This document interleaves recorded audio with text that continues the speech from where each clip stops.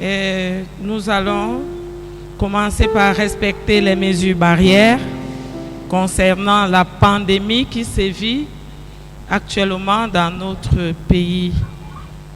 Que chacun essaye de se distancer l'un de l'autre et mettons nos masques, s'il vous plaît. Bien-aimés, nous rendons grâce au Seigneur pour ce moment de partage. Que chacun de nous se dispose à l'écoute de la parole de Dieu. Que chacun rentre en famille avec une bonne portion de l'enseignement. Dieu veut parler à chacun de nous. Alors, dis à ton voisin, je me dispose à l'écoute de la parole de Dieu.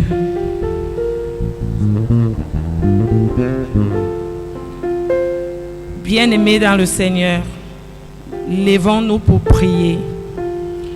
À Jésus, je m'abandonne. Ce qu'il me dit, je le crois. Et je prends ce qu'il me donne, la couronne avec la croix. Comptez sur lui de rendre tant que dure le combat, que l'on vit, que l'on meurt, comptez sur lui, tout est là. Nous sommes en prière. Éternel, notre Dieu, notre bon Père en Jésus-Christ, nous te rendons grâce pour le souffle de vie renouvelé. Dieu de miséricorde, nous te disons merci pour la provision et la sécurité que tu nous accordes au quotidien. Merci Saint-Esprit, car tu es descendu pour nous faire voir ta face. Tu es amour. Merci Éternel pour cette nourriture spirituelle qui abonde et nous abreuve depuis le début de ce temps de la passion. Merci Seigneur d'être cette lumière pour nous dans le désert. Merci pour ta présence sûre. Qui sommes-nous pour que tu te souviennes de nous? Malgré nos manquements, malgré notre état de pécheur, tu continues à nous nourrir et à nous accorder ton pardon. Éternel, tourne nos regards vers toi et dispose-nous sur le chemin d'être prêts pour l'unité de nos familles. Rends-nous bouillants à aimer nos familles sans contrepartie. Éternel, Dieu Tout-Puissant, aide-nous à aimer nos ennemis, à faire du bien, à prêter sans rien espérer.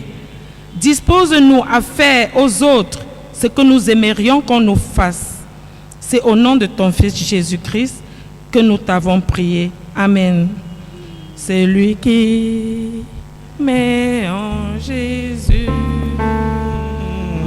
une pleine confiance.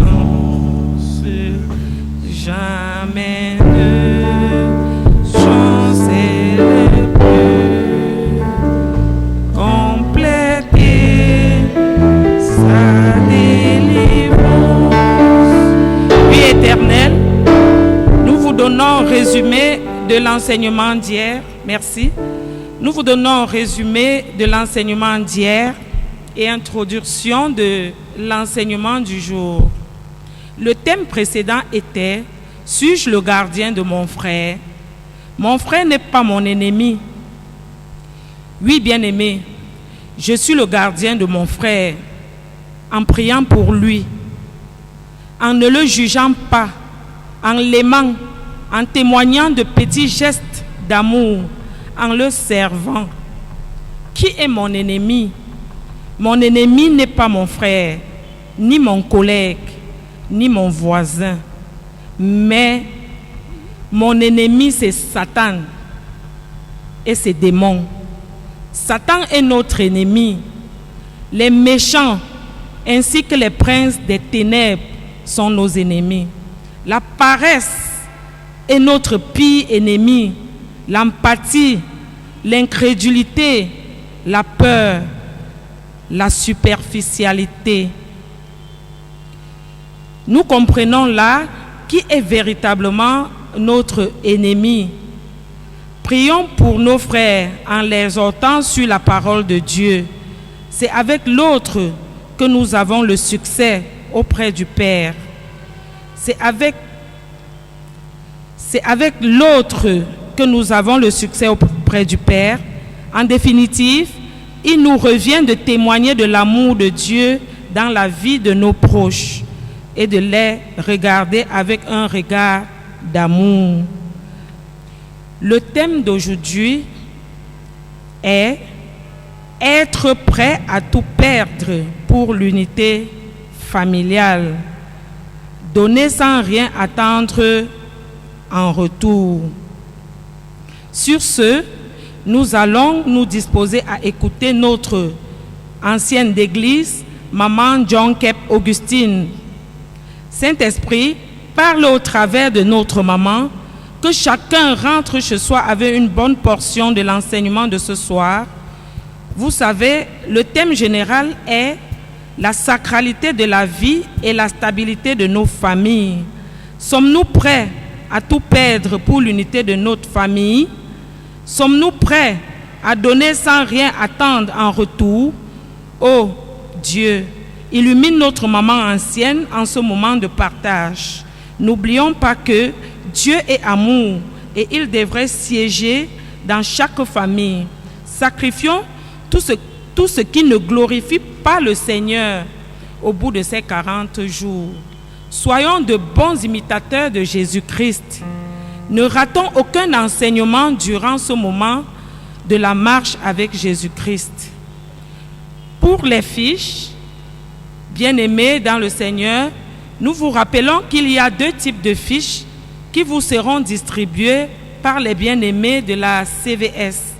Les fiches de questions-réponses en premier. Soyons très attentifs aux enseignements pour poser que de bonnes questions. Des questions qui vont nous édifier davantage. Au terme de l'enseignement, on passera à récupérer ces fiches afin d'y apporter une réponse. Si on ne répond pas à une question ici, s'il vous plaît, pas de souci, nous avons le samedi pour revenir sur les questions-réponses. Sur la 2e fiche, on vous demande si vous voulez rencontrer un pasteur. Si oui, nos bergers sont disponibles à vous recevoir, à vous écouter, à vous visiter si vous le voulez. Remplissez bien ces fiches, même si vous voulez un suivi spécial, cela est possible auprès de nos bergers. Nous passons la parole à notre maman ancienne d'église en la personne de Madame John Kep Augustine. Maman. Prions Dieu. Éternel, notre tendre Père en Jésus-Christ, nous te disons infiniment merci. Merci de nous avoir convoqués ce soir encore dans ton Saint-Temple pour nous enseigner. Chaque fois que nous t'invoquons, tu es au milieu de nous. Merci d'être là, au cœur de nos vies. Merci Seigneur de nous donner l'intelligence et la sagesse, la compréhension de ce que tu veux nous transmettre ce soir. Dispose nos cœurs à recevoir par la puissance de ton Esprit Saint la graine que tu vas planter en nous ce soir. Arrose-nous, Seigneur, afin que nous soyons des fleurs vivantes de ton évangile d'amour et de paix. Amen. Bien-aimés dans le Seigneur, bonsoir. Nous vous souhaitons la bienvenue, malgré vos lourdes charges, de prendre sur vous un temps pour venir écouter les enseignements par ce temps de carême. Ce soir, le thème numéro 7 est intitulé « Être prêt à tout perdre pour l'unité familiale, donner sans rien attendre en retour ». Nous avons pris quelques tests d'illustration qui sont contenus dans les livres bibliques suivants. Luc 6, du verset 27 à 35, Matthieu 5, 42, Actes 20, 35 et 1 Corinthiens 13, 4 à 8. Et comme mot central que nous avons pu tirer de ces différents versets, qui sera notre verset phare, mais aimez vos ennemis, faites du bien et prêtez sans rien attendre en retour. La famille, qu'est-ce que c'est? Nous entendons parler du mot famille tous les jours. La famille, c'est la cellule de base de la société. C'est une institution divine, parce que la famille a été créée par Dieu. Nous le voyons dès le commencement dans le livre de la Genèse. Dieu va créer la famille. La famille est donc une institution divine créée par Dieu et selon son plan. Selon la Bible et la pensée de Dieu, la famille est la cellule qui est indispensable à toute société, indispensable au développement de toute société. La famille a été créée pour accomplir les desseins de Dieu sur la terre. Et comme nous l'avons dit en entame, toute famille est de nature divine. La famille selon l'image céleste. Il existe plusieurs types de familles. Nous allons essayer de les dénombrer pour que notre sujet soit suffisamment compréhensible. Nous avons premièrement la famille nucléaire, qui est généralement caractérisée comme la famille traditionnelle. Elle est composée du père, de la mère, d'un ou de plusieurs enfants. Le père et la mère forment un couple et les enfants vivent avec leurs parents. Le père et la mère peuvent être mariés ou non. Ça, c'est la famille nucléaire, c'est la famille traditionnelle que nous rencontrons le plus souvent autour de nous. Nous avons la famille monoparentale. C'est cette famille qui est constituée par un seul parent, c'est-à-dire soit par le père ou par une mère qui élève seul son enfant ou ses enfants. Nous avons aujourd'hui ce qu'on appelle la famille recomposée. Il s'agit d'un père ou d'une mère qui a peut-être déjà fait un premier mariage pour l'un ou pour l'autre et qui se retrouvent, qui se mettent ensemble et élèvent ensemble les enfants qui sont issus de leur union précédente. C'est ça la famille recomposée. Nous avons la famille polyparentale. C'est ce que l'on trouve dans les familles polygamiques, où il y a un père et plusieurs mères, une ou plusieurs femmes. Chez nous les Bamileke, nous atteignons même 20 femmes à la chefferie, parfois même une centaine. Mais au-delà de la famille polygamique, nous avons également sous d'autres cieux la famille polyandrique, c'est-à-dire que c'est la femme qui a plusieurs maris. Et c'est une tradition que l'on trouve dans certaines contrées en Asie. Nous avons la famille adoptive. On peut être un enfant qui a été adopté par des parents dont ils ne sont pas les géniteurs. Nous nous gardons, mais nous sommes bien obligés de le citer parce que c'est un enseignement.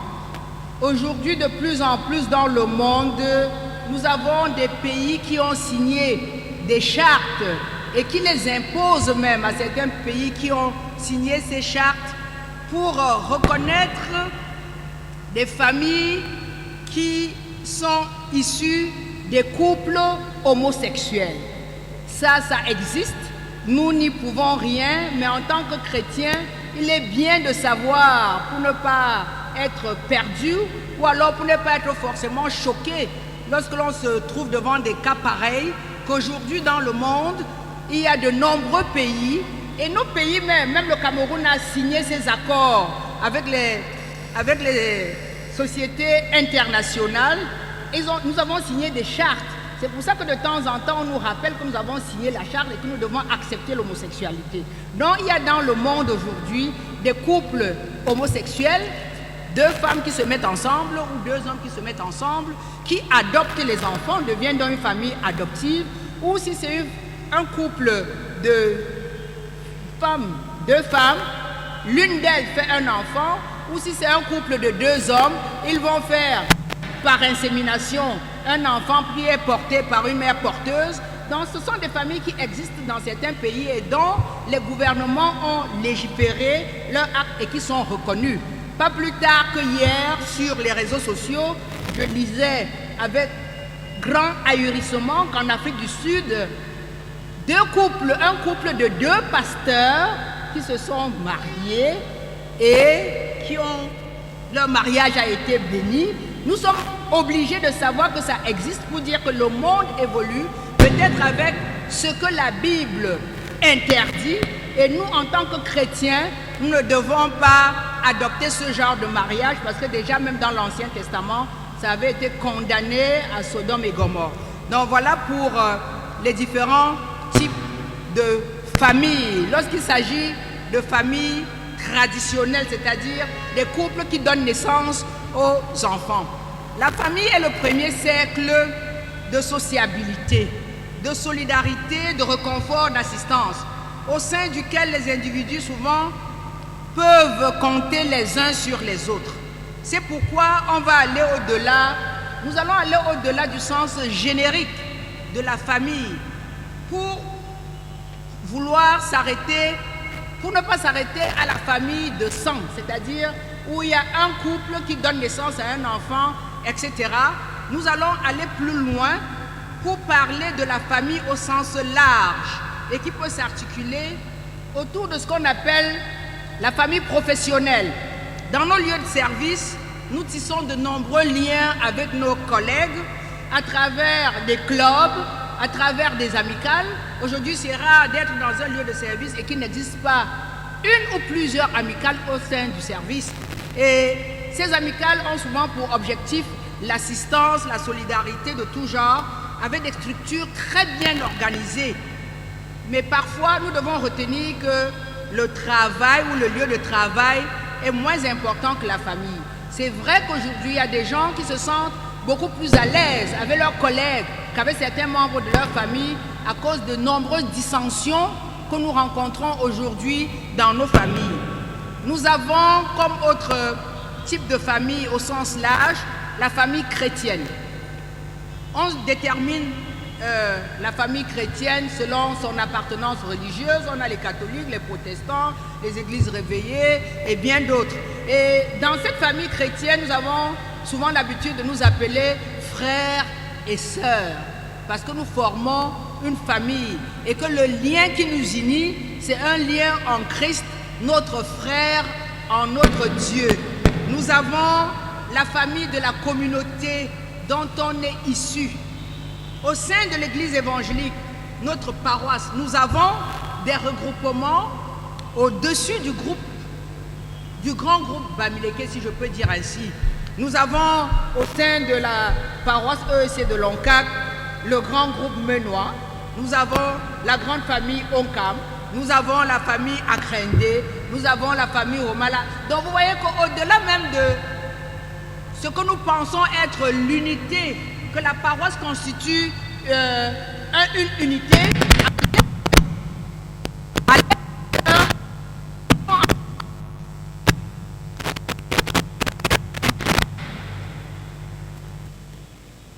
à l'intérieur de notre paroisse, de notre église, que nous avons l'habitude d'appeler église famille, nous voyons que nous nous nous mettons encore à chercher des petits groupes pour mieux nous retrouver.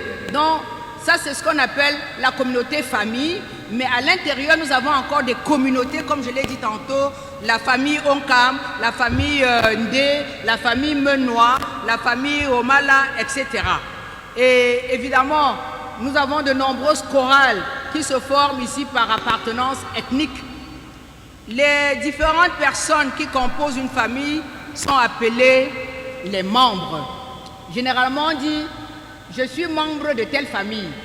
Telle personne est un membre de notre famille. Or, si nous regardons le corps humain, on parle généralement des membres du corps. Et les membres du corps forment un tout dont on ne peut se désolidariser. Et si un membre vient à manquer, il y aurait un déséquilibre, il y aura un handicap. Et dans les relations humaines et même professionnelles, nous ne sommes rien sans l'autre. Dans une famille, même dans un couple, le mari n'est rien sans la femme n'est rien sans l'homme. Les parents ne sont rien sans les enfants. Et nous devons comprendre que c'est comme ça. La fratrie, c'est-à-dire l'ensemble des frères et sœurs d'une famille monoparentale ou d'une famille nucléaire, est un vecteur de sociabilisation. Et en son sein, on apprend à partager, à s'affirmer et même à gérer des conflits. Nous devons savoir que les conflits ne peuvent jamais manquer parce que nous-mêmes, nous sommes tout le temps en conflit. Nous sommes en conflit même déjà avec nous-mêmes. C'est-à-dire que chaque jour, vous, moi, on est en conflit avec soi-même. Alors, à plus forte raison, avec l'autre. Donc, nous devons savoir que les conflits ne peuvent pas manquer. Car au départ, on est souvent en conflit avec soi-même. Il y a de nombreuses choses au fil du temps qui amènent les membres d'une famille à se diviser. Il y a les disputes, il y a la jalousie, il y a les intérêts personnels, les croyances. On peut être élevé dans une famille chrétienne protestante, mais lorsque l'un de nous grandit, il peut choisir librement de changer de religion, d'appartenir même à une secte comme on le voit aujourd'hui. Et cela peut amener certains membres de famille à se diviser à cause d'un choix sur les croyances spirituelles. On peut être divisé à cause de l'ego, pour les gens qui ont un ego surdimensionné. On peut être divisé dans une famille à cause des complexes. Les complexes peuvent être de tout genre. Ça peut être des complexes de supériorité comme des complexes d'infériorité. On peut également avoir de nombreuses frustrations. Dans une famille, tout ne marche pas toujours comme sur des roulettes. Parfois, les enfants grandissent avec des frustrations qu'ils ont gardées depuis l'enfance sur des choses que les parents peuvent considérer comme banales. Par exemple, un enfant qui, au quartier, se met à jouer avec ses camarades et il est peut-être battu, il lutte, il court vers sa mère en pleurant parce qu'il est sûr qu'auprès de sa mère, il va trouver du réconfort et que sa mère lui dise « Ah, va là-bas, tu es un faible, je ne veux pas que tu viennes ici, sors, je ne veux pas te voir. » Nous rencontrons autour de nous, surtout dans les établissements, beaucoup d'enfants qui se plaignent parce que les parents n'ont jamais pris soin d'eux. Et ils grandissent comme ça avec ce genre de frustration et gardent une espèce de rancune à leurs parents. Donc, nous devons faire attention aux paroles que nous avançons à nos enfants parce que ça peut être demain source de frustration dans leur vie. Une famille unie est le nid de l'amour. Il y a de nombreuses choses, comme je l'ai dit tantôt, qui peuvent amener à des frustrations. Et qu'est-ce que l'unité familiale? L'unité, c'est quelque chose qui est un. Quand on dit unité, c'est un. Je me souviens, quand nous étions petites, il y avait la grande chorale de l'église évangélique qui s'appelait l'unité spirituelle. On demandait à toutes les chorales qui formaient un seul groupe unique pour chanter en une seule langue, le Medumba. Et tous les chrétiens à l'époque savaient chanter le Medumba parce qu'à la fin, ils se retrouvaient au sein de ce qu'on appelait l'unité spirituelle. Donc l'unité, c'est quelque chose qui est un, qui est indivisible. Le droit de mener une vie de famille normale est un droit qui est reconnu par les instruments internationaux des droits de l'homme. Donc tout le monde a le droit à une famille, a le droit d'avoir une famille unie. C'est pour ça que vous voyez qu'il y a de nombreuses lois pour la protection de la famille. Déjà au moment où nous nous marions, même sur le plan traditionnel, lorsqu'on fait l'échange de la cola et des vins, chez nous les Bamileka, on vous dit, le mariage si est indivisible. Quand vous êtes mariés là, vous ne devez plus vous séparer. Chez les Bétis, ils vont même plus loin et ils disent qu'on est allé attacher le mariage. Ça veut dire qu'on ne va plus détacher. Ça, c'est sur le plan traditionnel. Et sur le plan chrétien, vous le savez très bien, chaque fois que nos pasteurs bénissent les mariages, ils disent toujours que personne ne sépare ce que Dieu a uni. Donc, c'est pour nous dire quoi? Que le mariage est indissoluble. Et la protection de la famille est assurée sur les plans juridiques, sur les plans économiques et par de nombreuses chartes, comme je l'ai dit, et sur le plan chrétien, puisque nous y sommes. Donc, on est là tout le temps pour protéger la famille. Et nous avons de nombreux textes dans notre Bible qui nous rappellent le sens de la famille, le sens de la protection de la famille, la place du père dans la famille, la place de la mère, la place des enfants pour une famille unie et équilibrée. Nous disons donc que le Seigneur Jésus nous exhorte à l'amour. Et Dieu, notre Seigneur, est amour. C'est un amour qui se donne. L'amour, c'est donner sans rien attendre en retour. C'est le sens sacrificiel de l'amour comme l'amour de Dieu pour nous à travers le sacrifice de son Fils Jésus-Christ. Il y a un manque d'amour parce que les gens ne connaissent pas Dieu. Ça, il faut marteler là-dessus. Nous avons de nombreuses familles chrétiennes qui sont divisées, de nombreuses familles chrétiennes qui sont en plein tribunal. Ça ne devrait pas se faire, ça ne devrait même pas exister dans une famille chrétienne. C'est vrai, comme je l'ai dit d'entame, les conflits ne manquent pas, mais nous devons toujours tout faire pour résoudre nos conflits. On nous dit dans la parole de Dieu que vous ne devez pas dormir avec la colère. Si vous avez la colère contre votre conjoint, arrangez-vous avant de dormir, de faire la paix, de prier, de pardonner, de vous humilier et d'avancer. La famille est donc, doit être unie. Et si nous voulons parler d'amour, dans le sens chrétien du terme, c'est s'attacher à Dieu. Si nous nous attachons à Dieu, cela veut dire que nous nous attachons à sa parole et nous nous attachons à ses enseignements. Au nom de l'amour que Christ lui-même, par son grand amour, il s'est sacrifié, il s'est donné pour nous à la croix. Aimer, c'est donner à celui qui demande. Si quelqu'un vient vers vous pour vous demander un service, tant que c'est en votre possibilité, rendez service. Si quelqu'un vient vers vous pour vous emprunter quelque chose, tant que c'est en votre pouvoir, donnez-le lui. Dans la Bible, il est même recommandé de prêter sans intérêt. Bien qu'aujourd'hui, nous ayons de nombreuses banques dans lesquelles nous travaillons et que nous prêtons avec des taux d'intérêt exorbitants, dans nos réunions familiales, nous faisons des emprunts à des taux exorbitants au point où des membres d'une famille communautaire peuvent être amenés à quitter le milieu communautaire, même parfois à aller en prison parce qu'il a emprunté de l'argent, il n'a pas pu rembourser parce que le taux d'intérêt était tellement élevé et que chaque jour, l'endettement ne faisait que s'augmenter au point où, incapable de pouvoir rembourser, parfois on vend sa maison, on vend sa voiture, on vend. Et nous les Bamileke, on a tendance à dire, la tontine ne voyage pas, la tontine ne tombe pas malade, la tontine n'est pas absente, la tontine... Mais je voudrais profiter pour vous dire ceci. Aujourd'hui, dans le monde, la Chine, on la présente comme la deuxième puissance du monde, mais moi, je dis qu'elle est la première. C'est parce que les Occidentaux veulent bien la présenter comme la deuxième. Mais les Chinois, entre eux, ne font pas de prêts avec intérêt. Il faut voir comment la Chine aujourd'hui a gagné le monde. Lorsque les Chinois se retrouvent entre eux, c'est un problème de confiance dans le groupe. Vous venez, vous dites quel est votre projet.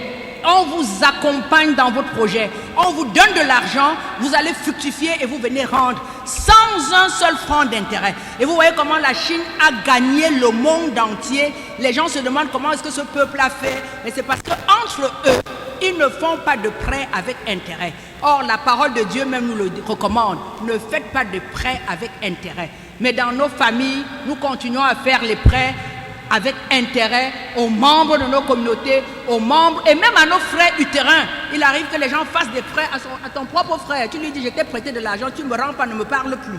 Donc nous devons arrêter ça. Nous devons apprendre à donner sans distinction de race, d'ethnie, de tribu, de sexe, de religion, sans discrimination. Ne pas se détourner de celui qui veut te faire un emprunt. C'est dans Matthieu 5, 42. Il faut donner à ceux qui sont dans le besoin. Si tu ne donnes qu'à ceux qui sont comme toi, qu'as-tu fait d'exceptionnel? Dans de nombreuses familles, on entend souvent la réflexion suivante: je n'ai rien, que puis-je donner à un tel? Nous avons toujours quelque chose à donner. Nous devons savoir qu'en matière de don, ce n'est pas la quantité qui prime, mais c'est la qualité. Et c'est le geste du cœur. Chacun de nous a un don. Vous ne pouvez voir personne.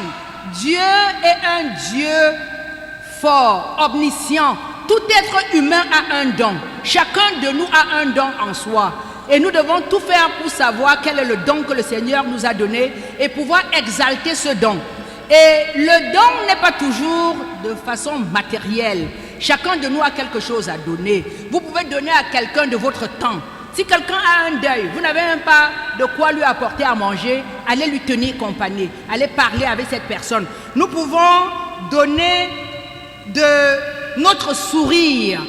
C'est vrai qu'aujourd'hui, avec le masque nous amène aujourd'hui à être très indifférents parce qu'on n'arrive pas à voir ni les yeux, ni la bouche. Mais un sourire que vous donnez à quelqu'un qui est en train de passer, même céder le passage à quelqu'un en lui souriant, c'est formidable. La personne traverse un bureau ou entre dans un bureau parce que vous lui avez cédé le passage, parce que vous avez souri. Donc on peut donner à quelqu'un son sourire. On peut donner à quelqu'un un geste, une porte qu'on ouvre. Les hommes généralement disent vous êtes galant. Vous voyez une femme, cédez-lui le passage, ouvrez, demandez-lui de passer. Elle ne manquera pas de vous dire une belle parole, une parole qui va nourrir votre journée et qui va faire tomber sur vous des colombes blanches. Dans Acte 3, verset 6, Pierre dit: je n'ai ni argent ni or, mais ce que j'ai, je te le donne au nom de Jésus-Christ de Nazareth. Je disais donc que nous avons toujours quelque chose à donner. Être prêt à tout perdre pour l'unité familiale. Nous avons dit ce que c'était que l'unité d'une famille. C'est rester unis. Il y a de nombreuses méthodes pour faire pour qu'une famille reste unie. Nous devons, surtout les rencontres, faire des réunions familiales. C'est vrai que dans le milieu bamléké, de temps en temps, pendant les vacances de juillet et de août, c'est la déferlante vers l'ouest où on va en réunion familiale. Ça, c'est un très bon concept qui permet aux différents membres de la famille élargie de se retrouver, de se connaître. Mais au niveau de la famille nucléaire, nous devons tout faire très souvent pour manger ensemble avec nos enfants, avec les parents, parce que c'est le moment d'échanger. Nous devons apprendre à nous connaître, nous devons apprendre à nous supporter et apprendre surtout au sein de la famille nucléaire et même élargie à traverser ensemble les étapes difficiles de la vie. Et ces étapes difficiles de la vie peuvent être des deuils, peuvent être des maladies, les échecs, les catastrophes. Un frère qui a peut-être eu un incendie et qui a tout perdu, il faudrait bien que le lendemain, les gens viennent l'assister, lui apportent de quoi se nourrir, de quoi se vêtir. Et nous disons que dans cette communauté, nous avons fait preuve plusieurs fois d'assistance à des personnes qui ont eu ce genre de catastrophe. Je voudrais citer une de nos sœurs anciennes ici qui avait eu sa maison complètement brûlée, mais dès la minute quand on a eu la nouvelle, c'est pratiquement toute l'église qui était auprès d'elle. Et c'est ce que nous devons cultiver tous les jours dans notre vie.